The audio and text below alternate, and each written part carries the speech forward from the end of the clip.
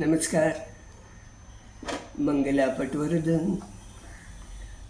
आज आपण संत एकनाथ ह्यांच्याविषयी आणि त्यांच्या गवळणी ह्यांच्याविषयी बोलते. संत एकनाथ म्हटलं ना की डोळ्यासमोर येतो तो एक शांतीदूत, माणुसकी आणि मानवतेचा पुरस्कार करणारा महात्मा. काशीहून आई वडिलांकरता आणलेली गंगा रस्त्यात व्याकुळलेल्या गाढवाला पाजणारी, तसंच वाळूत पाय भाजत असलेल्या हरिजनाला, त्या हरिजनाच्या मुलाला कडेवर घेऊन मात्यापित्यांकडे पोचवणारे, महाराने आमंत्रण केले जेवायचं ते स्वीकारून त्याच्या घरी जेवायला जाणारे आणि वर्षश्राद्धाचं जेवण भुकेल्या हरिजनांना देणारे, असं हे महात्माच होते ते एकनाथ संत. ज्ञानेश्वरी ग्रंथ शुद्ध करून प्रकाशित कर ही ज्ञानेश्वरांनी दिलेली जबाबदारी पूर्ण करून 1506 साली त्यांनी एकनाथी भागवत लिहिलं. मराठीत विपुल साहित्य निर्माण केलं. ईश्वर सर्वव्यापी आहे हा प्रचार केला. आता हे सगळं त्यांचं महात्मा म्हणून आपण ऐकलेलं आहे. आणि मनोरंजनाकरता, म्हणजे सामान्य लोकांपर्यंत पोहोचण्याकरता त्यांनी गवळणी लिहिल्या. आणि ते इतक्या छान की अगदी सोपे शब्द, सोप्या चाली, त्यामुळे ह्या गवळणी प्रसिद्ध झाल्या. तर आज आपण त्याविषयी, त्या गवळणींविषयी ऐकूया. पहिली गवळण आहे, कृष्ण सावळा देव सावळा हरी सावळा.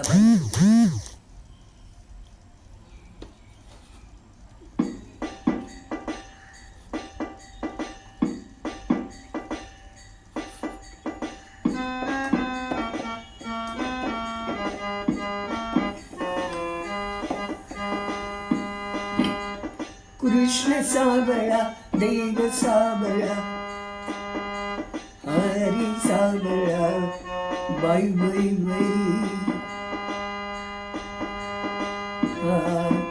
नंदाचा बाळूबाई खोटा खोटा.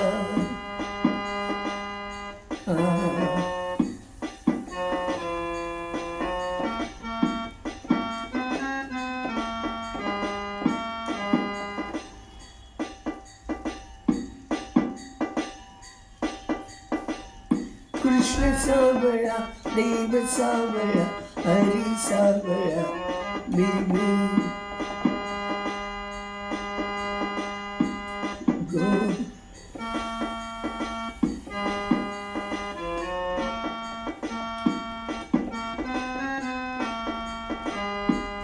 गोरस घेऊनी मथुरेची जाता, गोरस घेऊनी मथुरेची जाता.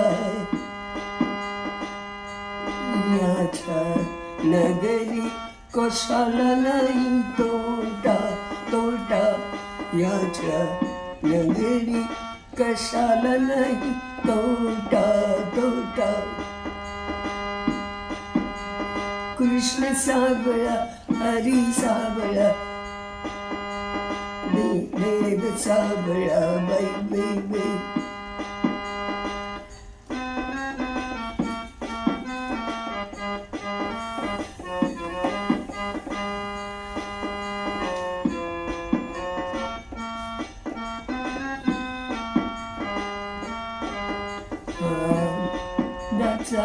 बाळबाई खोटा खोटा.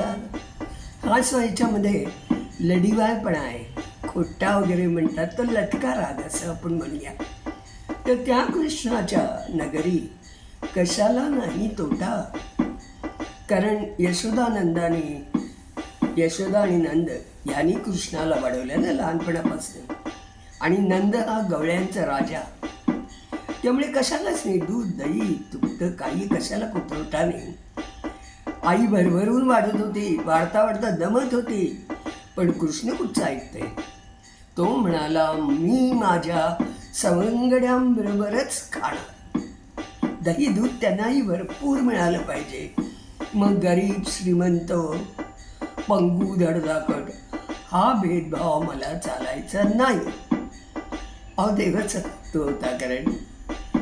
तर त्यामुळे अशा कितीतरी गवळणी की ज्याच्यामध्ये तो मग काय करायचा, घरी तर बोलवायचाच, पण बाकी गवळणींकडेच दूध दही भरपूर होतं. त्यामुळे मग त्यांच्या घरी जाऊन त्यांच्या शिक्यातलं लोणी घ्यायचं. असं मित्रमंडळींचं त्याचे खेळ चाल, खोडकरपणा चाललेलं असं काट्याळपणा. आणि गवळणी कशा माहिती आहे का, त्यांची सुद्धा कृष्णावर दैव म्हणून भक्ती होतीच. आणि त्या भक्तिप्रेमामुळे तुम्हाला थोडं हटके सांगते, महाभारतात जेव्हा मी गवळणीचा रोल केला तेव्हा ती गवळण काय करायची, मुलीला सांगायची शिक्यातलं लोणी आहे तर जरा जपून ठेव. आणि रस्त्यात कृष्ण भेटला की त्याला सांगायची की आहे ना तिकडे शिक्यात लोणी. मुलगी म्हणाली, असं काय गं आई, मला इथे बघायला सांगतेस आणि त्याला सांगतेस की घेऊन जा. ती म्हणाली, खरं सांगू का तुला, आमची कृष्णावर खूप भक्ती आहे आणि आमचा असा गाढा विश्वास आहे की जेव्हा कृष्ण हे लोणी खाऊन जातो तेव्हा गायी भरपूर दूध देतात. ही श्रद्धा आहे ना, ही काही और आहे. तर अशी होती ती कृष्ण भक्ती. आता दुसरं गवळण अशी आहे, कृष्ण म्हटला की त्याची बासरी ही आलीच ना. बासरी म्हटलं की कृष्ण हे समीकरण अगदी ठाम आहे. आणि त्या बासरीची नावं सुद्धा बघा ना किती सुंदर आणि योग्य पण आहेत. हळूवार स्वरानी कानाशी गुज करणारे ते अलगुज म्हणजे बासरीच. स्वरांच्या सरीनी मनाला आनंद विभोर करणारी ती मुरली. आणि वेळूतून स्वर उमटवणारी ती बन्शी म्हणजे बासरी. तेव्हा वेणू म्हणजे ही बासरीच. 7 सुरांचा धावा करणारा तो पावा.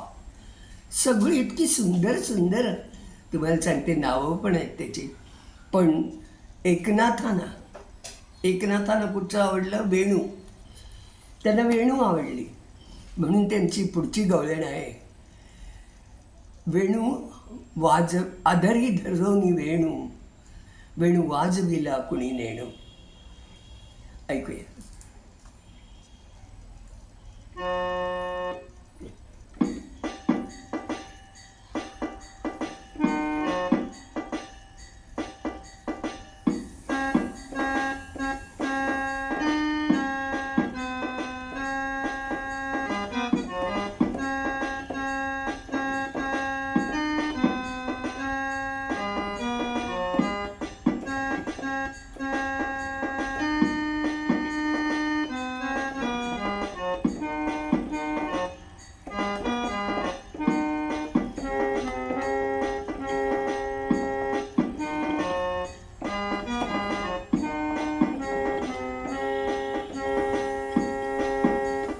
अधेरी धरोनी वेणू,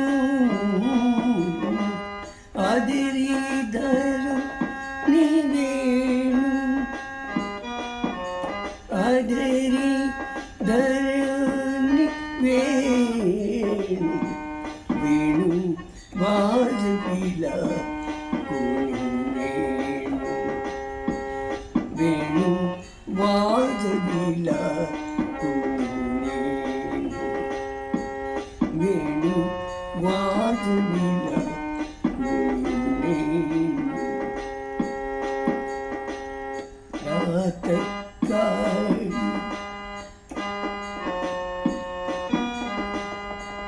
प्रातःकाळी तो वनमाळी घेऊन जातो धेनू. सगळ्या गावाला गायींना घेऊन चरायला न्यायचे ना ते सगळेजण मित्र. रात काळी तो वन माळी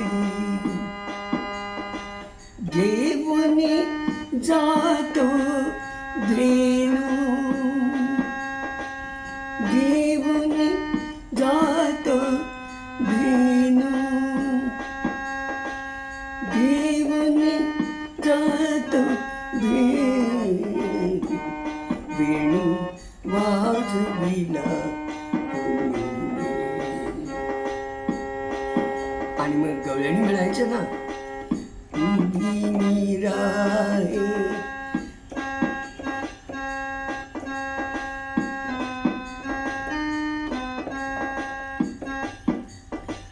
मीराहे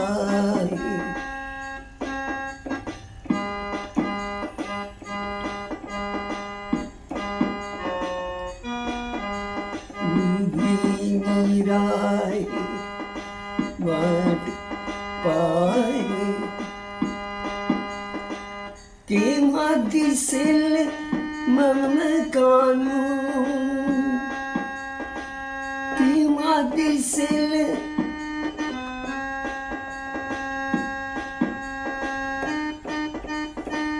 मम कानू, वेणू वाजविला वेणू वाजविला.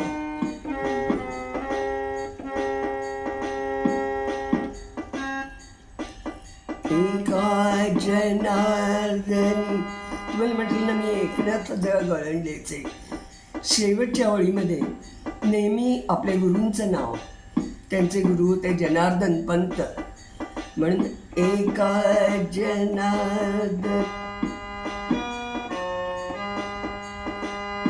एका जनार्दन वेणू ऐकत मन झाले तल्लीनू,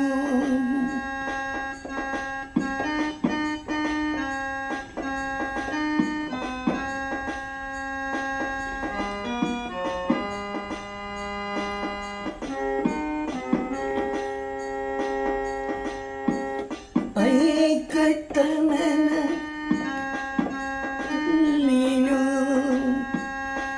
तल्लीनू, तल्लीनू, वेणू वाजविला वेणू, आदरी धर आदरी धरोनी वेणू, आदरी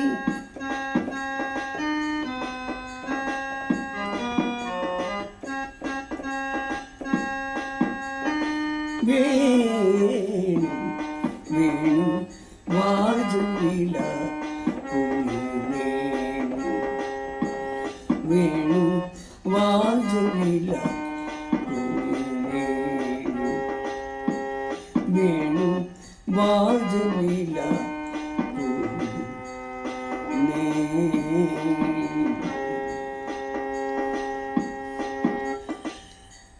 अशा प्रकारे हे दुसरं एक गवळण तुम्हाला सांगितली.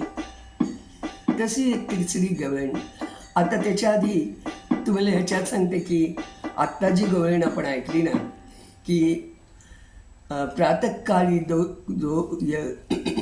तो वनमाळी घेऊन जातो धेनू, हे ऐकलं ना, आणि मला आमच्या आत्याच्या घरची कोकणात लाडघरला घर होतं त्यांचं, आणि चांगल्यापैकी म्हणजे चांगली लोक होती ती. त्यांच्याकडे 25 ते 30 गुरं होती. गुरं गोठ्यात असायची, आणि रोज सकाळी ना एक धनगर यायचा, घोंगडं असायचं खांद्यावर आणि हातात बासरी, आणि त्या टिपिकलचं टोपीसारखं रुमाल बांधलेला, आणि त्याची बासरी सुरू झाली वाजवणं की एक एक करून गुरु बाहेर यायचं. अशी ती 25-30 गुरं घेऊन तो चरायला त्याने घेऊन जायचा. आणि संध्याकाळी येताना जो असायचो, बासरीचा आवाज आला की लक्षात यायचं की आता गुरु परत आली. किती सुंदर ना. आणि ते दृश्य ना माझ्या इथे बसलेलं आहे. मला खूप आठवण होते त्याची. तर हे आत्ता अगदी तेच ओळ, प्रातःकाळी तो वनमाळी घेऊनही जातो देणं, म्हणजे बासरीवर वाजवत वाजवत. ते इतकंच सुंदर असं प्रेक्षणीय दृश्य होतं आणि ते आम्ही अनुभवलं. आता पुढची गवळण आहे ती आवडेलच तुम्हाला. काळं जांभूळ दिसतंय काळं, नंदाचं कारट ग बाई नंदाचं कारट. आता कारट म्हटल्यानंतर तुम्हाला सांगा, हा शब्द काही मोठा उल्लेखनीय नव्हे, पण हे सगळे लढीवाळपणं. कार्टस्व म्हणजे कार्ट असं म्हणायचं, कारटिया असं नाही म्हणायचं. तर काळं जांभूळ दिसतंय काळं, नंदाचं कारट ग बाई नंदाचं कारट. ऐकूया ह्यावेळी काय झालं होतं. ठीक आहे, ऐकूया.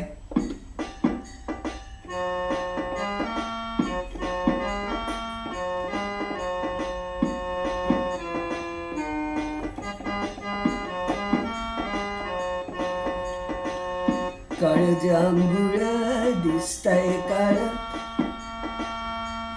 नंदाचं कारट ग बाई नंदाचं कारट.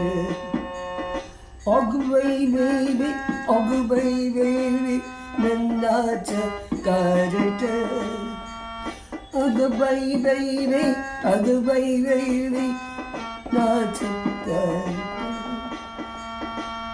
जांभूळ दिसतंय काळ,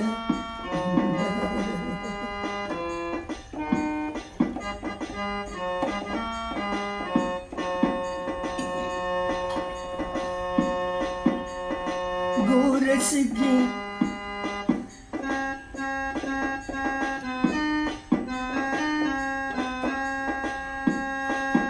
गोरस घेऊन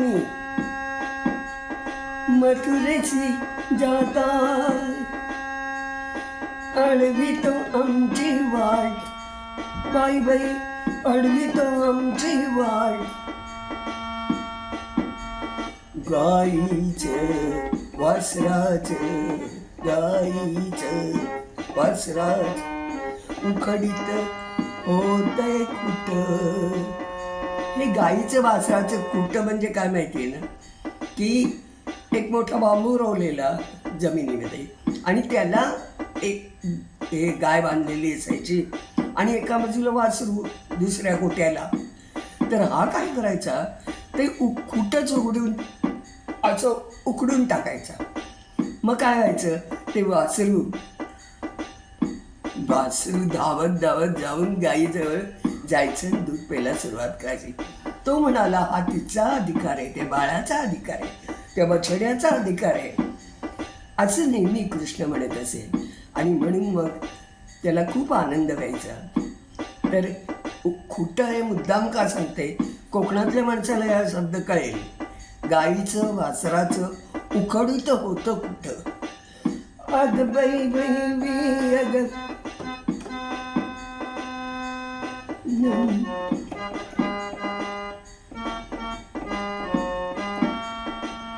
अग बाई बाई बाई अग बाई बाई बाई नंदाचं कारट. काळ जांभूळ दिसतंय काळ, नंदाचं कारट ग बाई बाई नंदाचं कारट. आता घागर घेऊन मथुरेशी जाता. बायका जायच्या का नाही, बायका जायच्या मथुरेला. तर हा नेहमी त्यांना अडवायचा. त्याचा तो एक खोळकरपणा होता. काय झालं होतं माहिती आहे का, की आता लहानपणापासूनच त्याला या गवळणी माहिती होत्या, पण आता कृष्णही मोठा झाला, तरुण, सुंदर, आणि या गवळणी पण सुंदर. तर आता हा जो प्रकार होता खोडकरपणाचा, त्याचा कसा अर्थ लगेच वेगळा येतो ना.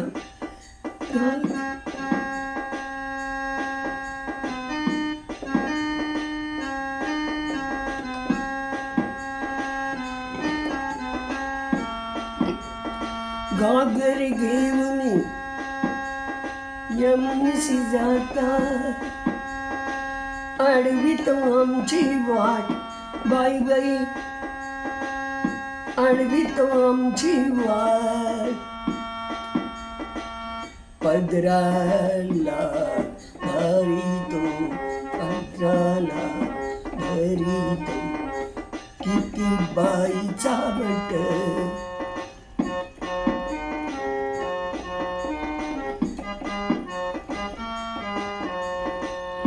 अगं बाई बाई बाई, अगं बाई बाई बाई, नंदाचं कारट.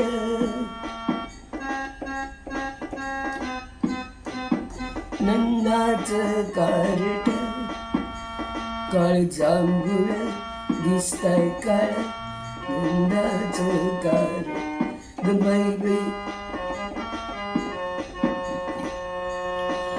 एका जनार्दनी पूर्ण कृपेने सावळा तुझा धीट. एकनाथांची गवळण त्याला म्हणून म्हणायची. जनार्दन पंचाचं नाव आलंच.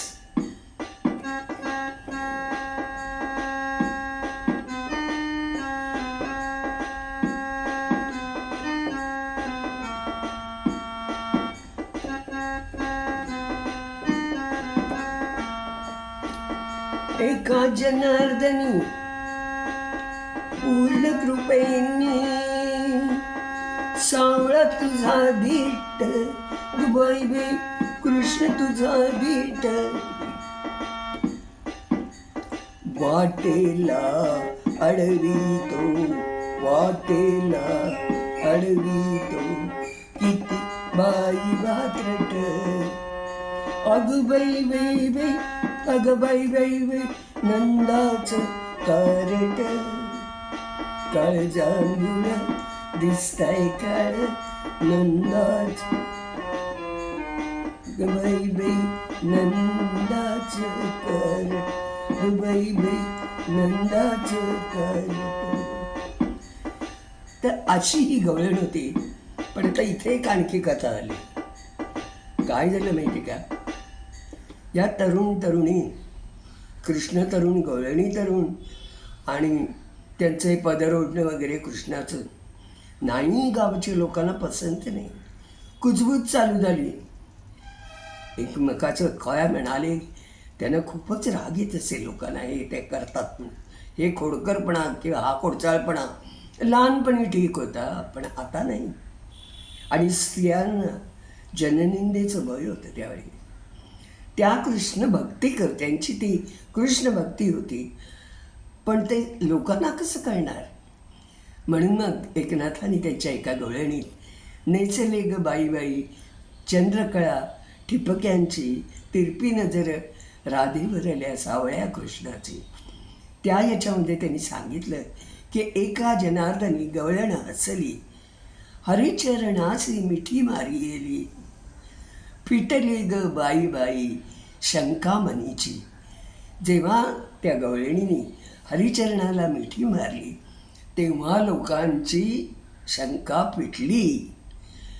जेव्हा तिने सांगितलं की हे आमचं निर्लेप वासनारहित अशी ही मधुरा भक्ती आहे आणि ही कृष्ण भक्ती आहे असं म्हटल्यावर लोकांची शंका पेटली. तरी किती छान.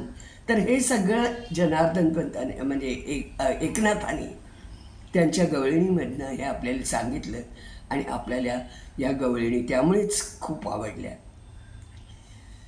तर या अशा गवळणी होत्या. आता खरं म्हणजे म्हणून झालं. पण इथे ना मला माझ्या 2 मैत्रिणींची आठवण होते. दोघी आता या जगात नाहीत. रेखाताई नगरकर, ज्यांनी मला ही भजनं शिकवली. तुम्हाला आश्चर्य वाटेल, त्यांचं माझ्यावर खूप प्रेम होतं. म्हणजे आता शिष्य म्हणून मी त्यांना चहा करून द्यायचं तर त्याच मला चहा करून द्यायच्या आणि म्हणायच्या बंगला ते. आणि मला नेहमी म्हणायच्या मला ना नोटेशन्स येत नाहीत, पण मी वाजवते आणि तुम्ही नोटेशन घ्या, कोण करणार आहे मला सांगा. तर म्हणून ती गुरुमैत्रीण रेखाताई नगरकर यांची मला खूप आठवण होते यात.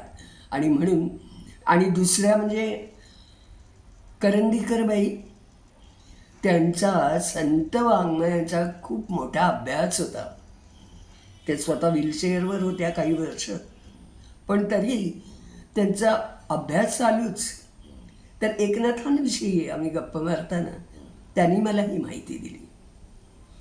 म्हणून आज मी ही क्लिप या दोघींना स्मृतिवंदना म्हणून केली. तर या दोघीही मैत्रिणींना स्मृतिवंदना आणि वंदन करते. त्यांना नम्र अभिवादन. आणि अर्थात एकनाथांसारख्या संताला कोटी कोटी प्रणाम, कोटी कोटी प्रणाम एकनाथांना. आणि इथेच मी थांबते. नमस्कार.